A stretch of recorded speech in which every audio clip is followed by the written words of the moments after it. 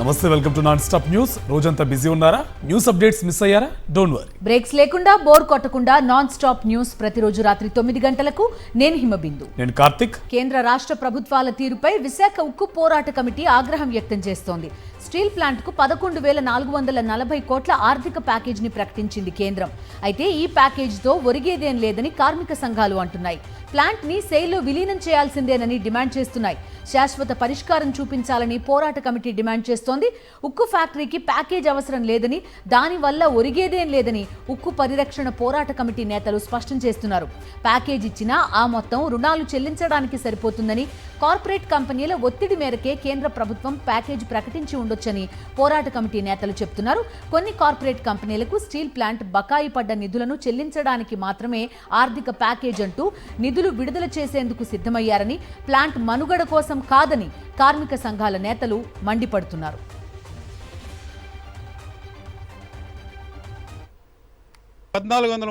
రోజుల నుంచి మేము సుదీర్ఘమైన పోరాటంలో గడిచిన 2 నెలల్లో దసరాకు జీతాలు లేవు, దీపావళికి జీతాలు లేవు, క్రిస్మస్ జీతాలు, లాస్ట్కి సంక్రాంతికి కూడా జీతాలు లేవు. మీరైతే ఒకళ్ళు నారావాలిపల్లిలో, ఒకళ్ళేమో పిఠాపురంలో ఎన్నో సంబరాలు చేసుకున్నారు. మమ్మల్ని రోడ్డు మీద వదిలేశారు. మేమనేది అంటే ప్యాకేజీది పునర్వైభవం తీసుకొస్తారన్న వాళ్ళు ఎలా తీసుకొస్తారనేది మాకు చెప్పాలి. ఒక పక్కనేమో 1000 మందిని మీరు VRSS తీసేస్తున్నారు, రెండో పక్క ఏమో రిటైర్ అవుతున్నారు. ఎలా పూర్వవైభవం వస్తుంది? ఈ యొక్క ప్యాకేజ్ కనుక అనేకమైన కుట్ర ఉన్నాయని చెప్పి మేమైతే భావిస్తున్నాం. శాశ్వత పరిష్కారం కాదు అని చెప్పి స్పష్టంగా చెబుతా ఉన్నాం. ప్యాకేజ్ ఇచ్చిన తర్వాత ప్రజల్లో ఒక అభిప్రాయం ఉంది, విశాఖపట్నం స్టీల్ ప్లాంట్కి మేము ఎంత ప్యాకేజ్ ఇస్తా ఉన్నాము, అయినప్పుడు కూడా ఈ ప్లాంట్ సర్వైవ్ కాదని చెప్పేసి ఒక ముద్రేసి విశాఖపట్నం స్టీల్ ప్లాంట్ ప్రైవేటీకరణ చేయడానికి ఇదో కుట్రపూరితమైన వ్యూహం అని చెప్పేసి మేము భావిస్తూ ఉన్నాం. అలా కాని పక్షంలో ఇదే కేబినెట్ కమిటీ ఆ రోజు నిర్ణయం చేశారు కాబట్టి ఆ నిర్ణయాన్ని వెనక్కి తీసుకుంటున్నాము.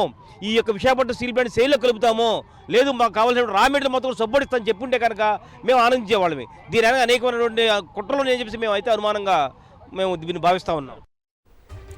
లాభాల్లో నడుస్తున్న సెయిల్ సంస్థలో భారీ నష్టాలున్న స్టీల్ ప్లాంట్ను విలీనం చేయలేమన్నారు కేంద్ర ఉక్కు శాఖ సహాయ మంత్రి భూపతిరాజు శ్రీనివాస్ వర్మ.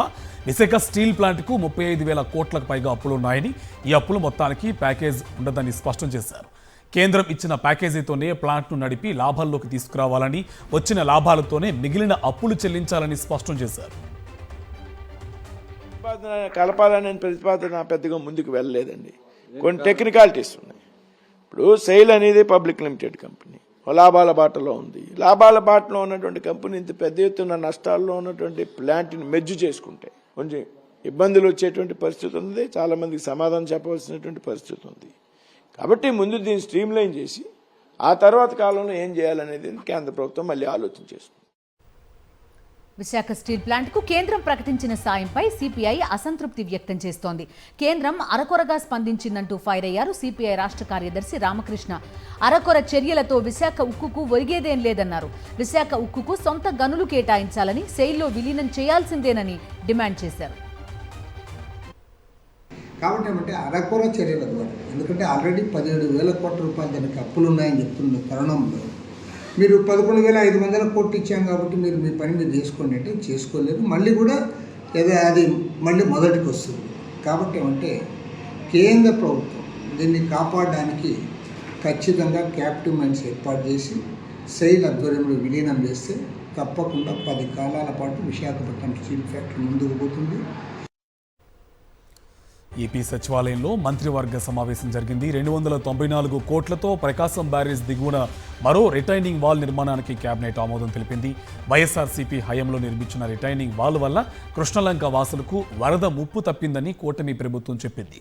11 లక్షల క్యూసెక్లకు పైగా వరద వచ్చిన రిటైనింగ్ వాల్ వల్ల ముప్పు తప్పిందని మంత్రి పార్థసారథి అన్నారు. మొన్న 11.4 లక్షల వరద వచ్చింది. ఇంత ముందు కూడా మీ అందరికి కూడా తెలిసి ఉంటుంది కృష్ణలంకలో ఏ విధంగా నష్టపోయేవాళ్ళు వరద వచ్చినప్పుడు. కానీ ఈసారి చాలా వరకు దాన్ని నివారించగలిగాం. కేవలం ఏంటంటే ఆ వాల్ ఉండటం మూలంగా నివారించగలిగాం. అదేవిధంగా ఇటు సైడ్ కూడా వాల్ కడితే వాళ్ళకి కూడా సేఫ్టీ ఉంటుంది, ప్రాణ నష్టం కానీ ఆస్తి నష్టం కానీ తగ్గిద్దనే ఉద్దేశంతో, ఎరోజన్ తగ్గిద్దనే ఉద్దేశంతో ఈ నిర్ణయం తీసుకోవడం జరిగిందని చెప్పేసి మనం చేస్తాం. తెలంగాణ సీఎం రేవంత్ రెడ్డి సింగపూర్లో పర్యటిస్తున్నారు. తొలి రోజు పర్యటనలోనే కీలక ఒప్పందం జరిగింది. Singapore Institute of Technical Education క్యాంపస్ను సీఎం రేవంత్ రెడ్డి నేతృత్వంలోని బృందం సందర్శించింది.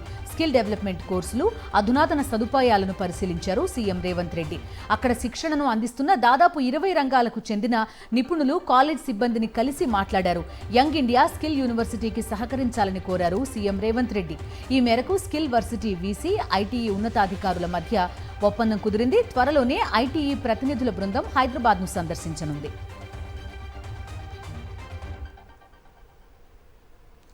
తెలంగాణలో కొత్త రేషన్ కార్డులు తీసుకోవాలనుకునే వారికి కొత్త కష్టాలు ఎదురవుతున్నాయి. ఇప్పటి వరకు ఏ రేషన్ కార్డులో పేరు లేని వారికే కొత్త కార్డులు ఇవ్వాలని ప్రభుత్వం నిర్ణయించింది.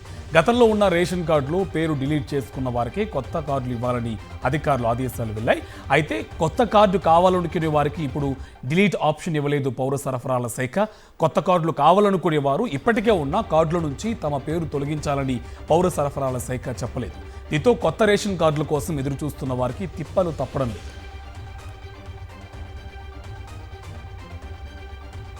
అయితే రాష్ట్రంలో అర్హులైన ప్రతి ఒక్కరికి రేషన్ కార్డులు వస్తాయన్నారు మంత్రి పొన్నం ప్రభాకర్. ఈ నెల 26న కొత్త రేషన్ కార్డులు ఇచ్చే ప్రక్రియ కోసం గ్రామాల్లో సర్వే జరుగుతోందన్నారు. 2,81,00,000 మందికి ఇప్పటికే తెలంగాణలో 90 లక్షల రేషన్ కార్డులు ఉన్నాయన్నారు. ప్రతిపక్షాలు కావాలని రాజకీయం చేసి రాద్ధాంతం చేస్తున్నాయని, రేషన్ కార్డు అర్హత ఉండి రాకుంటే సంబంధిత అధికారికి, ప్రజాప్రతినిధులకు విజ్ఞాపన పత్రాలు ఇవ్వొచ్చన్నారు మంత్రి పొన్నం ప్రభాకర్.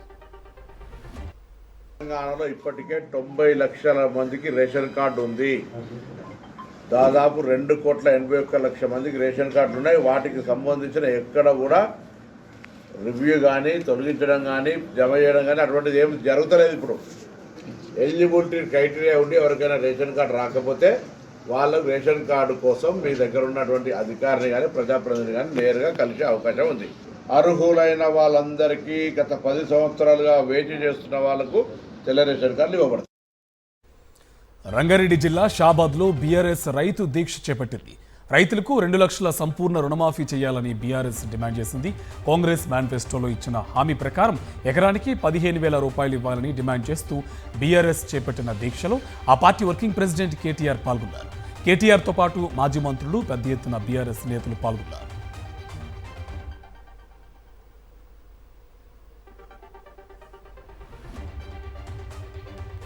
సీఎం రేవంత్ రెడ్డికి సవాల్ విసిరారు బీఆర్ఎస్ వర్కింగ్ ప్రెసిడెంట్ కేటీఆర్. కొండారెడ్డిపల్లి, కొడంగల్లో పూర్తి స్థాయిలో రైతు రుణమాఫీ జరిగినట్టు నిరూపిస్తే తాను రాజకీయ సన్యాసం తీసుకుంటానన్నారు.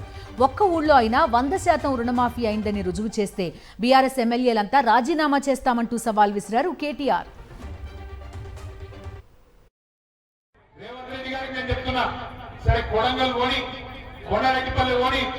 రాష్ట్రంలో ఏ ఊరికైనా సరే, చేవెళ్ళ నియోజకవర్గమైనా సరే, ఏ నియోజకవర్గమైనా సరే, డేటు, ప్లేసు, టైము 3 ఇష్టం. ఏ ఊరికంటే ఆ ఊరికి పోదాం. నువ్వు కాకపోతే నీ మంత్రులను పంపి ఏ ఊరికన్నా పోదాం. ఒక్క ఊరికన్నా తగిన రైతులు రుణమాఫీ అయ్యిందని 100% మీద రాసిస్తే మొత్తం బీఆర్ఎస్ పార్టీ నాయకులకు రాజీనామా చేసి పోతామని చెప్పి నేను విజ్ఞప్తి చేస్తా ఉన్నా. సంక్రాంతికి కూటమి సర్కార్ రాష్ట్ర వ్యాప్తంగా విచ్చలవిడిగా జూదాలు నిర్వహించిందని కూటమి ప్రభుత్వంపై ఫైర్ అయ్యారు మాజీ ఎమ్మెల్యే జక్కంపూడి రాజా. రాష్ట్రంలో ఏం జరుగుతుందో చంద్రబాబు, పవన్ కళ్యాణ్ మనస్సాక్షిగా ఆలోచించుకోవాలన్నారు. సంక్రాంతి సంబరాల పేరిట రాష్ట్ర ప్రజలను కూటమి నేతలు దోచేశారని ఆరోపించారు. గుండాట వల్ల ఓ యువకుడు ఆత్మహత్య చేసుకున్నాడని ఆవేదన వ్యక్తం చేశారు. పేకాట, గుండాట, కోడిపందాలు, రికార్డింగ్ డ్యాన్సులు, మద్యం అమ్మకాలే కూటమి మేనిఫెస్టో అని ఎద్దేవా చేశారు. చంద్రబాబు నాయుడు గారు, పవన్ కళ్యాణ్ గారు, బీజేపీ నాయకుల యొక్క పాలనలో సూపర్ 6 యొక్క నిజమైన నిర్వచనం ఏంటి అని అంటే పేకాట, గుండాట, కోడి పందాలు, రికార్డింగ్ డ్యాన్సులు, ఇసుక మాఫియా లేక బెల్ట్ షాపులతో విచ్చలవిడిగా మద్యం అమ్మకాలు. ప్రజలకు ఏమీ చేయకపోయినా ఏదో చేసినట్టు ఎల్లో మీడియాలో బాకా ఊదుకోవడం చంద్రబాబుకు అలవాటన్నారు మాజీ మంత్రి కాకాని గోవర్ధన్ రెడ్డి. రంగురంగుల మేనిఫెస్టోలతో జనాన్ని మభ్యపెట్టడం చంద్రబాబుకు వెన్నతో పెట్టిన విద్య అని విమర్శించారు. చంద్రబాబు నాయుడికి ఈ తొండాట ఆడడం అనేటువంటిది కొత్త ఏమీ కాదు. ఇది సాధారణమైనటువంటి విషయం. చంద్రబాబు నాయుడు ఎన్నికలకు ముందు రకరకాలైనటువంటి హామీలు ఇస్తాడు, రంగురంగుల మేనిఫెస్టోలు సృష్టిస్తాడు. వాటిని తీసుకెళ్లి జనంలో ఏ విధంగా ఓట్లు దండుకోవాలనేటువంటి దాని మీద దృష్టి పెట్టి ఓట్లు దండుకుంటాడు. అధికారంలోకి వచ్చిన తర్వాత ప్రజలకి ఏదో ఒక విధంగా మాయమాటలు చెప్పి మభ్యపెట్టి మొండి చేయి చూపించడం అనేటువంటిది చంద్రబాబు నాయుడికి వెనతో పెట్టినటువంటి విద్య. ఏపీలో సోషల్ మీడియా కార్యకర్తలపై వేధింపులు ఆగడం లేదు. పశ్చిమ గోదావరి జిల్లా తణుకులో ఆటో నడుపుతూ జీవనం సాగిస్తున్న పంజా దుర్గారావుపై కక్షగట్టారు ఎమ్మెల్యే అరిమిల్లి రాధాకృష్ణ. సోషల్ మీడియాలో నాపై పోస్టులు పెడతావా అంటూ నడి రోడ్డుపై దుర్గారావును ఆపి దూషించారు. ఈ సంగతి చూస్తానంటూ బెదిరింపులు గురిచేశారు. ఆ తర్వాత పోలీసులపై ఒత్తిడి తెచ్చి దుర్గారావును స్టేషన్కు పిలిపించి నిర్బంధించారు. మరోవైపు మోటార్ వెహికల్ ఇన్స్పెక్టర్కు చెప్పి కేసులు పెట్టాలంటూ హుకుం జారీ చేశారు ఎమ్మెల్యే రాధాకృష్ణ.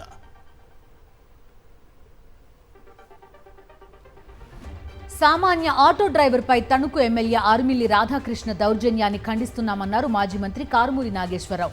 గతంలోనూ రాధాకృష్ణ ఒక ఎస్ఐని నేలపై కూర్చోబెట్టారని, మహిళపై దాడి చేశాడని అన్నారు.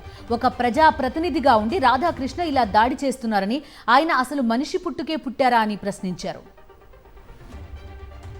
సామాన్య కార్యకర్త మీద ఒక ఎమ్మెల్యేగా ఉండి నడి రోడ్డులో జనం అందరూ చూస్తుండగా ట్రాఫిక్ జాము మధ్యలో ఆపి ఇంత దుర్భాషలాడుతున్నా అంటే ఈ రాధాకృష్ణ ఎంత దిగజారిపోయాడనేది ఇప్పుడు అర్థమవుతోంది.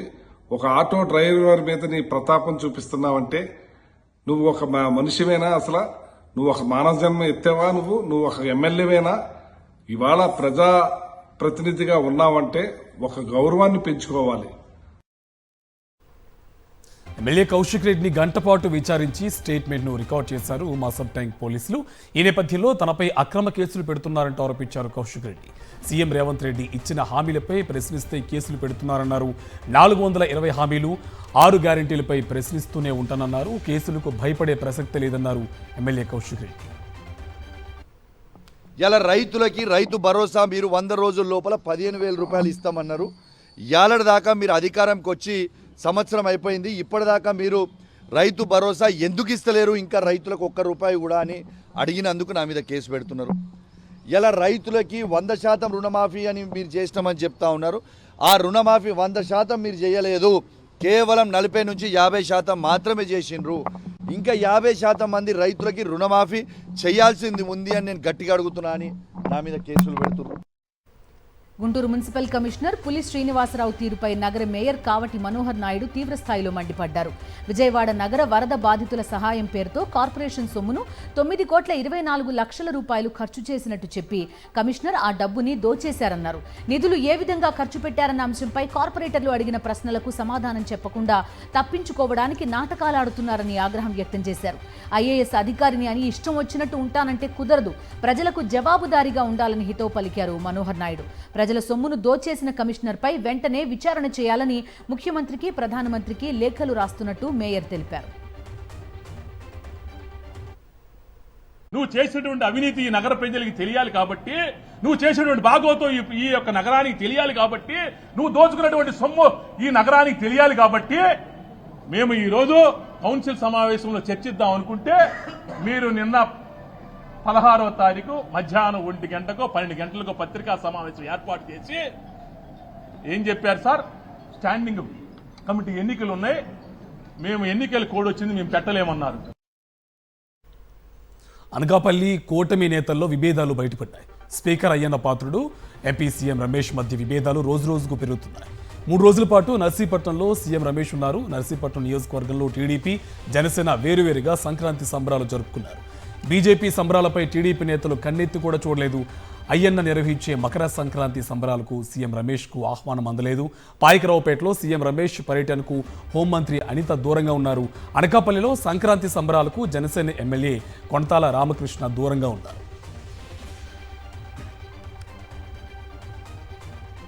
మంచు మోహన్ బాబు ఫ్యామిలీలో రచ్చ ఆగడం లేదు. మంచు విష్ణు, మంచు మనోజ్ ట్వీట్స్ ఆసక్తికరంగా మారాయి. మొదట మంచు విష్ణు ట్వీట్ చేశారు. మోహన్ బాబు నటించిన రౌడీ సినిమాలోని ఒక క్లిప్పింగ్ ని పోస్ట్ చేశారు. సింహం అవ్వాలని ప్రతి కుక్కకు ఉంటుంది. వీధిలో మొరగడానికి, అడవిలో గర్జించడానికి ఉన్న తేడా కనీసం వచ్చే జన్మలో అయినా తెలుసుకుంటావు అనే డైలాగ్ పోస్ట్ చేశారు మంచు విష్ణు. మనోజ్ పేరు ఎత్తకుండానే ఈ ట్వీట్ చేశారు. పైగా ఈ డైలాగ్ తనకు చాలా ఇష్టమని కామెంట్ పెట్టారు మంచు విష్ణు. సింహం అవ్వాలని ప్రతి కుక్కకి ఉంటుంది, కానీ వీధిలో మురగటానికి, అడవిలో గర్జించడానికి ఉన్న తేడా కనీసం వచ్చే జన్మలో అయినా తెలుసుకుంటావన్న ఆశ.